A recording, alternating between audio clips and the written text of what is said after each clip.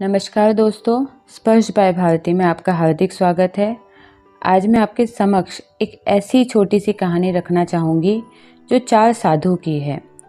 कहानी तो साधु की है, परंतु वो आपके जीवन पर भी गहरा असर डालती है। इसलिए आशा है आपको ये कहानी अवश्य पसंद आएगी। दोस्तों, एक समय की बात है, 4 साधु थे। उन्होंने मिलकर निर्णय किया कि हम 1 महीने कुछ नहीं बोलेंगे, सिर्फ ध्यान करेंगे। उन्होंने इस अभ्यास के प्रतीक के रूप में एक मोमबत्ती को जलाया, जो हर समय उन्हें ये याद दिलाएगी कि उन्हें सिर्फ ध्यान करना है। इसके बाद उन्होंने ध्यान करना प्रारंभ कर दिया। पहले दिन की रात में मोमबत्ती टिमटिमाई और बुझ गई।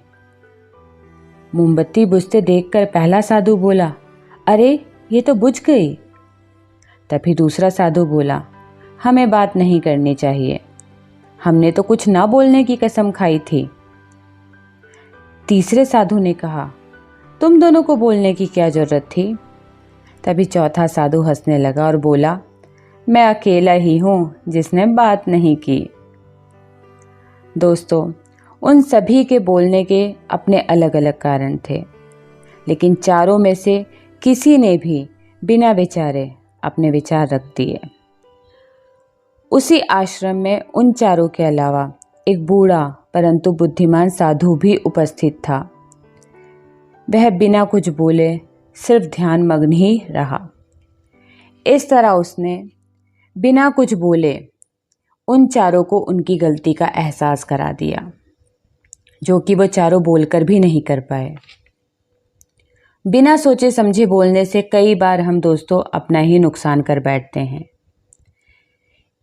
एक समझदार व्यक्ति कभी भी बिना मांगे किसी को सलाह नहीं देता, क्योंकि वह जानता है कि बिना मांगे दी गई सलाह का कोई मोल नहीं होता और ना ही सामने वाला आपकी सलाह मानेगा।